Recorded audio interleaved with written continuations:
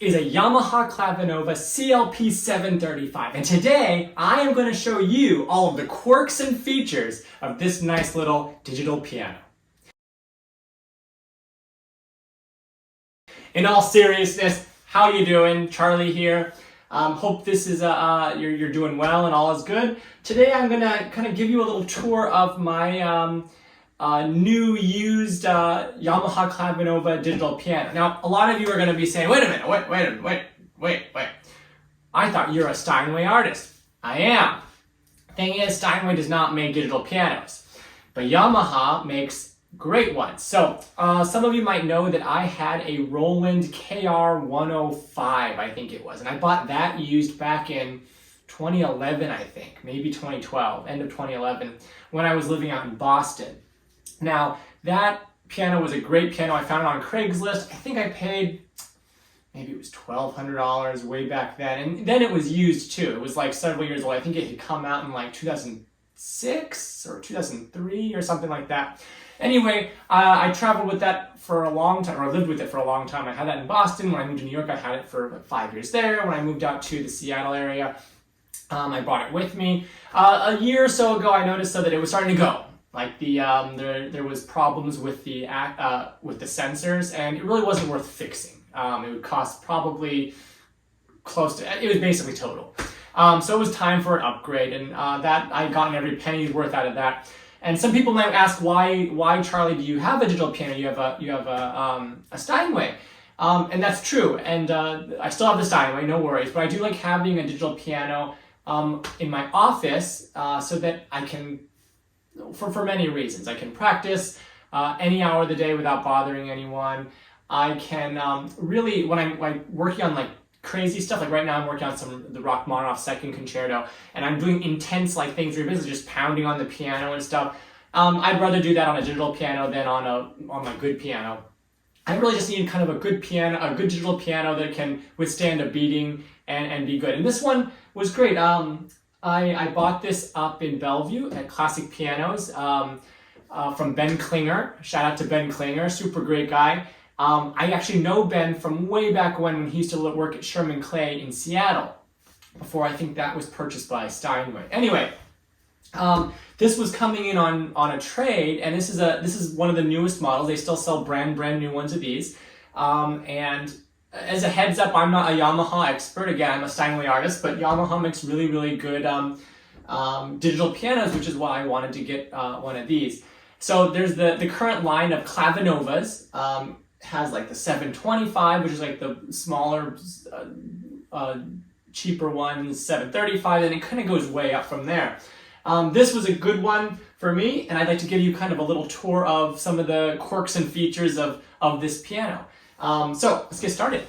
So you'll see that I have the matte black one. It comes in like shiny black and I think brown and things like that, but it's a pretty standard digital piano. You got a Yamaha branded, oops, I'm gonna drop it, chair. It looks very modern, much more modern than my old one does. And let's open it up. It has a sliding cover, just like most digital pianos do. And you'll notice on the piano that on the left side is where all of your controls are. You have the piano keys, which if you zoom up very closely, you can kind of see our texture, especially the black keys have a nice little texture on it. This particular model, the 735, has plastic keys. I think if you go to some of the higher up ones, they might have wood. But anyways, the black keys are textured. The white ones I don't think are. Oops, I'm scratching up the wall there. I don't think the white ones are, but it has a very good feel. And the action is way better than what I had when I'm coming from. So on the right, you'll have the volume and the power button. So let's turn this sucker on here. So when you turn it on, you'll notice that it'll boot right up and then you're good to go. Now, it has built-in speakers. They're all right. They are, they're pretty good speakers. I'll give you a little demonstration of them, and this is gonna be recorded just through an iPhone. But I'll give you a demonstration of them and then some of the features that I know of. There's still a lot that I'm still learning. If you have any questions, let me know in the comments below, and I'll kind of just, go over some of the stuff. Anyway, the speakers that are built in are pretty good. I'm going to turn this on just maybe 2/3 volume. about 2/3 volume there. And the default sound is the CFX Grand, which is Yamaha's big piano. So it's like the equivalent of, like, I guess, like the 9-foot Model D Steinway. I don't know how big the CFX is. It's probably about 9 feet. Yamaha also owns Boisendorfer, so you can hit the Boisendorfer button and you'll hear it that one.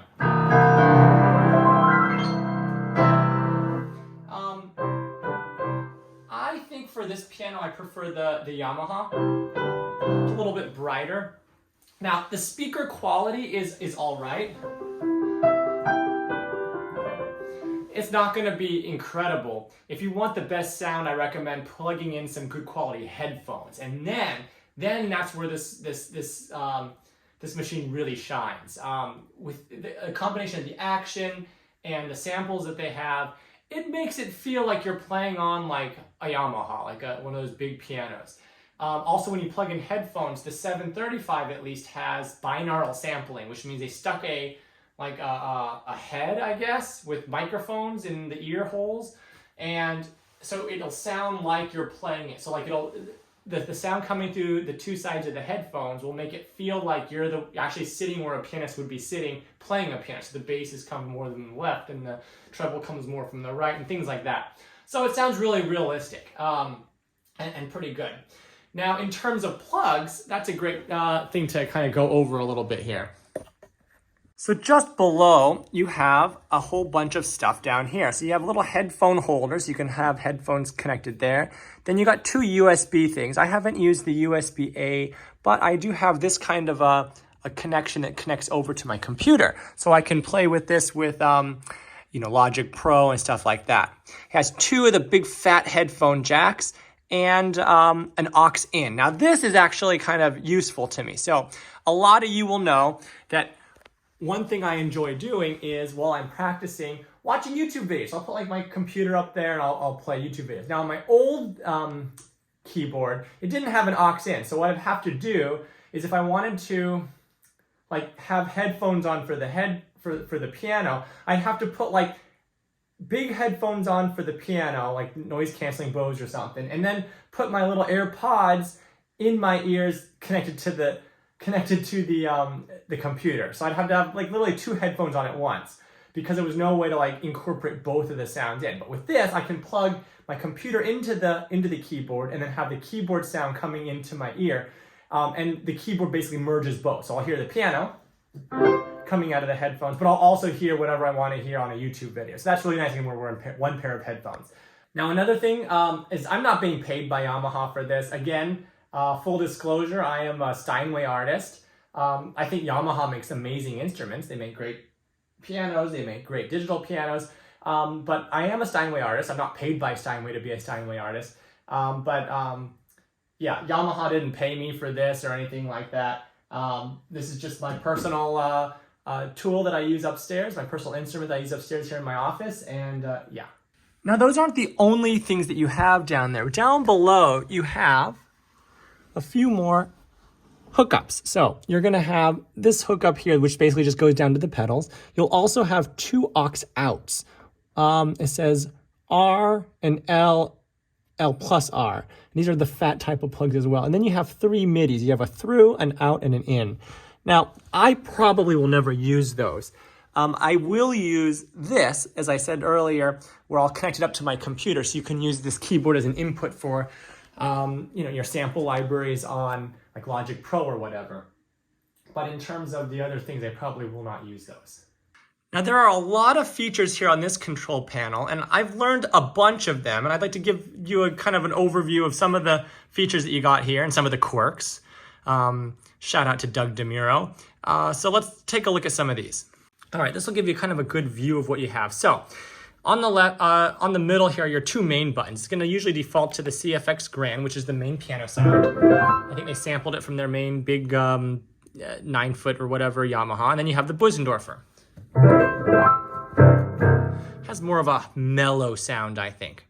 All right, so the other thing to consider is you can do a whole bunch of stuff. So you have a 4-way kind of a pad here, and you can kind of go through the different instruments. Right now we're in all the pianos. So within piano, you have CFX Grand, Boisendorfer, you have Upright, which sounds like this. You have bright grand, mellow grand, warm grand, pop grand, jazz grand, rock grand, honky tonk. And then you can go into the next section, which is going to be your forte pianos. There's two of those. There's the Mozart piano and your Chopin piano. It's kind of neat, but again, you're probably not going to use those. Then you have your electric pianist. If you push up, you can actually kind of go through a different menu things here. So you can see folders. See, I'll zoom up here. Maybe you can see a little better. You have your folders, piano, forte, piano, electric. And so we've already gone through the piano section. Let's go to the forte piano. Oh, we already did those two, sorry. Electric piano, stage E piano, DX E piano, vintage EP, soft EP, phaser EP, DX bright, and tremolo vintage. Kind of neat, but again, if you're going to use this as a practice piano, you're not going to use those things much. Here's organ principal and organ tutti, jazz organ slow, and you've got jazz organ fast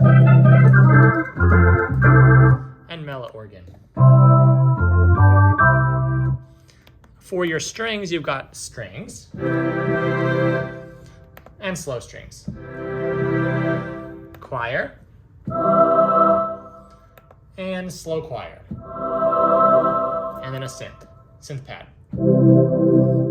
All right, so for bass, you got acoustic bass, and bass and cymbal together, electric bass, fretless bass. For your next section, this is the last one, you have a 8-foot harpsichord and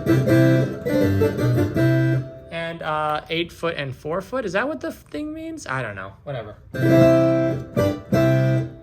Vibraphone, nylon guitar, and steel guitar. And that's basically it. We'll come back to the CFX Grand. So the other things you can do is you can do a whole lot. If you go into the function, you can do transposition, so you can actually move the keys up and down. So if I'm playing a middle C and move it up or down, you can just move all the keys up or down.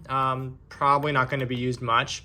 You can adjust the lid position of the piano, full, half, or closed. A full half sounds like this, half, and closed. Makes it a little bit more mellow. VRM has something to do with like resonance and stuff. And you can adjust damper resonance. All of these also can be shown within the CFX thing. So if you kind of go to piano room, you can see kind of a picture of these. So you can adjust lid position to full, half, or closed. Brightness up to 10 or down to 0.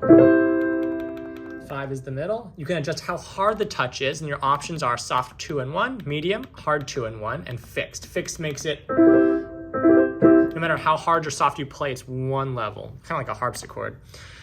Reverb is something that's very cool. I use it all the time. Off would mean like there's no pianos, there's no like room sound. So very dry. Then you have recital. Kind of hear it. You have concert. You hear it kind of reverbing away. Chamber, smaller room. Cathedral, kind of a longer decay. And club. And then plate, whatever that is. Now you can adjust the severity, or how strong the reverb is here, and that goes from 0 all the way to 20. So you heard what off was. Here's, all the way to 40.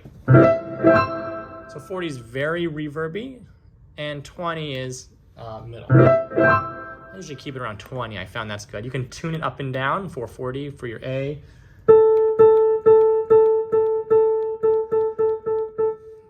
I have perfect pitch, but I can't tell the difference between like 440 and 441. VRM is like that resonance stuff. You can turn it on and off. So it has to do with it. You have to look it up exactly what it does, but it supposedly makes it sound better. You can adjust the damper resonance from 0 to 10, I believe. Yep. I just kind of keep them on the middle. Damper noise on and off will actually make it so when you push the pedal down, you can kind of hear like the damper going like on a real piano, right? The thing is, you can't really hear it when you're using the piano built into speakers. It's just too quiet. If you're using headphones, you can hear it better. String resonance, also 0 to 10. Duplex scale resonance, 0 to 10. Body resonance, 0 to 10. Grand expression is on dynamic or static. So all of these things are basically just letting you make it sound more realistic. It has to do with like string resonance and things like that. I just leave them on because it's probably better. Half pedal point, you can adjust where the pedal does the half pedal thing. I found in my room at least -2 works, and I think that's adjustable from -2 to 4. So anyways, that's the piano room settings. Back to the function. So I think these are, you can, let's see, what do you have here? So you can transpose, piano settings, reverb is a concert hall, chorus is off. I guess that makes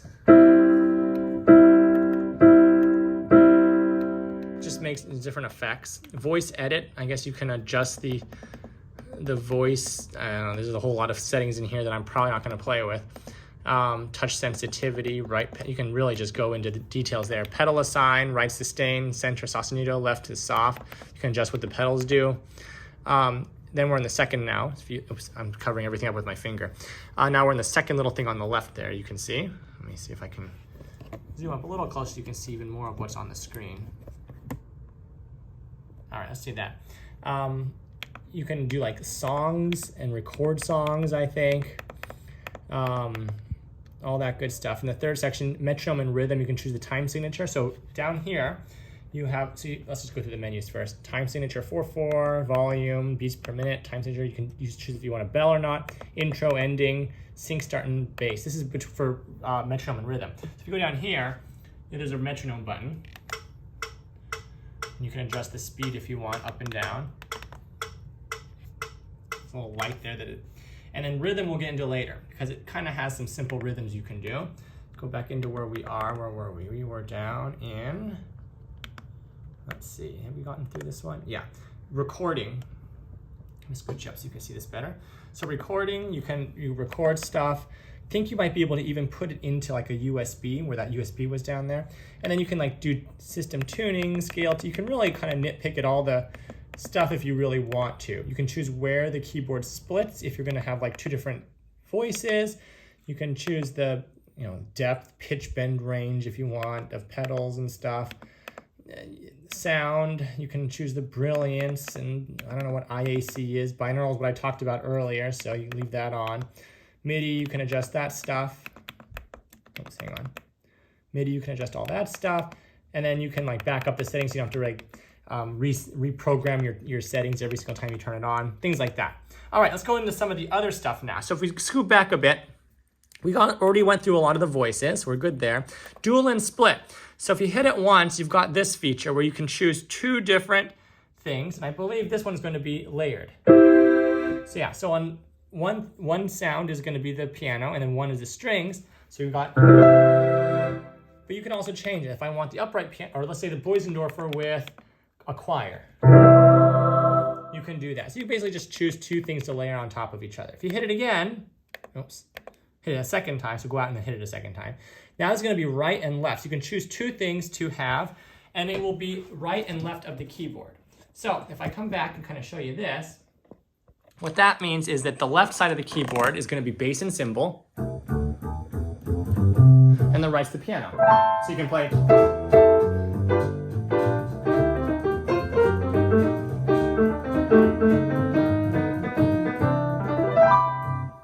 And you can choose what's on the bottom, right? So you can say, I want the bottom to be an electric bass. And I want the top to be I don't know, how about a phaser EP? So you can do whatever you need to there. Continuing on, I think you can, if you go out and come back in and hit it 3 times in a row, you can have something on the bottom. That's the L, so left. And then the top will be a layered thing. So you could have it be like piano and strings layered on the top with a let's say bass and cymbal on the bottom. So you can do all kinds of stuff like that if you want to play around. So you already know what piano room is. Song and demo, I think you can play your songs, or there's like lessons and stuff. So if you look in here, there's demo songs, there's like lessons and stuff, and you can record your own songs. I probably won't use any of that. Here's a record button down below, so you can like record stuff, and play pause button down here. We'll play like, this is playing one of the built-in songs. We'll stop that. Go back out to the grand. Now on the bottom, we already played with metronome. Tempo, you can adjust the tempo. That's kind of self-explanatory, up and down. But rhythm, what's rhythm? Well, there's different rhythms. So here's an 8-beat rhythm. The tempo is really slow, so let's speed it up. So what does this mean? Well, you can choose a rhythm. So this is 8-beat. We can choose a rhythm. Let me show you what happens out here. This is kind of like a simplified version of what you can do with some more involved pianos that do. Now some digital pianos are meant for more like pop and stuff, right? So with this, it's kind of a simplified version. You play along, but if you play a chord anywhere, it'll follow along with you.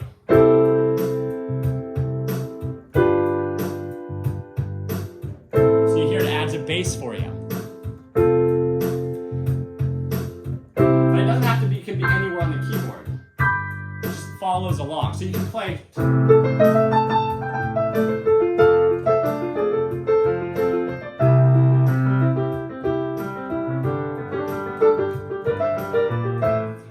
And there's also a kind of ending the song, kind of a little thing. But there's all kinds of different tunes. There's 16 beats, shuffle 1. Let's go through some of these here. There's shuffle 2, shuffle 3, gospel, 8-beat ballad, 6/8 slow rock, fast jazz, slow jazz. So again, no matter where you go, it'll add like a bass line as long as you're playing some kind of a chord.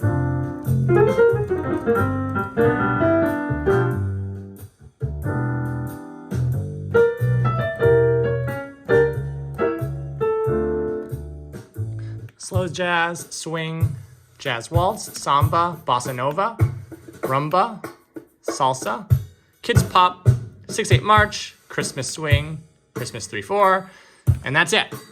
That's what you got. So that's basically what you get when it comes to the Yamaha CLP-735. Let me show you, though, one of the most important things, because one of the most important things about this piano is how it feels. Because this series, I think, was built to be more of a pianist's piano versus someone who's learning the piano, or someone who's who wants all the bells and whistles of, like, you know, fancy rhythms and different sound effects and stuff. More than that, this piano is about like the action and how it feels to play a piano. It's trying to replicate a real piano as best as it can. One of the really neat things that I found that it does is, number one, the action is very, very good. Way better than the piano I'm coming from. But another thing is that, you know, on a normal piano, when you go down, you're pushing a key. And on a normal grand piano, what'll happen is you'll push a key down and it'll just stop just before it hits the bottom, and you have to push a little bit harder to make it the last final click. Well, this kind of emulates that too. So if you see, if you push it down, it kind of stops, and then a little more, and it goes a little more. So it has that little extra resistance at the very end that you only notice when you're playing like I'm doing now, basically. Because even if you're playing slow, you don't really notice it. And if you're playing fast, you'll definitely not notice it. But this even replicates that, which is really kind of a cool thing, because that's something that my other one didn't do. Other things that I found are really neat is it replicates like how pianos behave very well. Like the middle pedal, you can hold down a chord just like you can on a real piano. Hold down the middle pedal, and then it acts just like a real piano by saying just the notes you did. Also, let's say you play something, let go by holding the pedal down, and then silently press it again, and then let go of the pedal. It doesn't disconnect, and I think my other one did. This behaves like a real grand piano would. On my old piano, I think at least, when you would do that, it would cut the sound, because yeah. So this does a lot of stuff that a real piano would do that that my other one at least did. Now there's probably others that do the same thing, and I'm no expert on digital pianos. Again, I'm coming off of a really old one, so this is a big upgrade for me. But anyway, I'd like to play something for you now. And I'm going to play it using the regular sound from the speakers, because I know there's a lot of videos out there that show the sound with headphones, which is really, really good. I like it, and generally I'll practice with headphones on. For those of you who want to see what it's like to actually play something on this, I'll do that now. So I'm going to turn the speakers on. The speakers are, again, probably 2/3 of the way up. And you can kind of hear how it sounds. Now, I've kind of tweaked the settings so it sounds best like when I'm wearing my headphones, I think. So you might tweak them differently because the built-in speakers, you know, they aren't the best speakers in the world, right? I actually hooked up some of those Bose speakers that I have. I have a pair of Bose that are just not the 2.1 system, but the one that has just 2 speakers, no subwoofer. You know, I think they used to be $100. And I just plugged it in real quick to see how it compared, and it was similar. So like the ballpark is the same as something of that genre. It's not incredible. So if you want the best sound, plug in some good quality headphones, like Bose noise canceling ones or something like that. So let me play something for you now.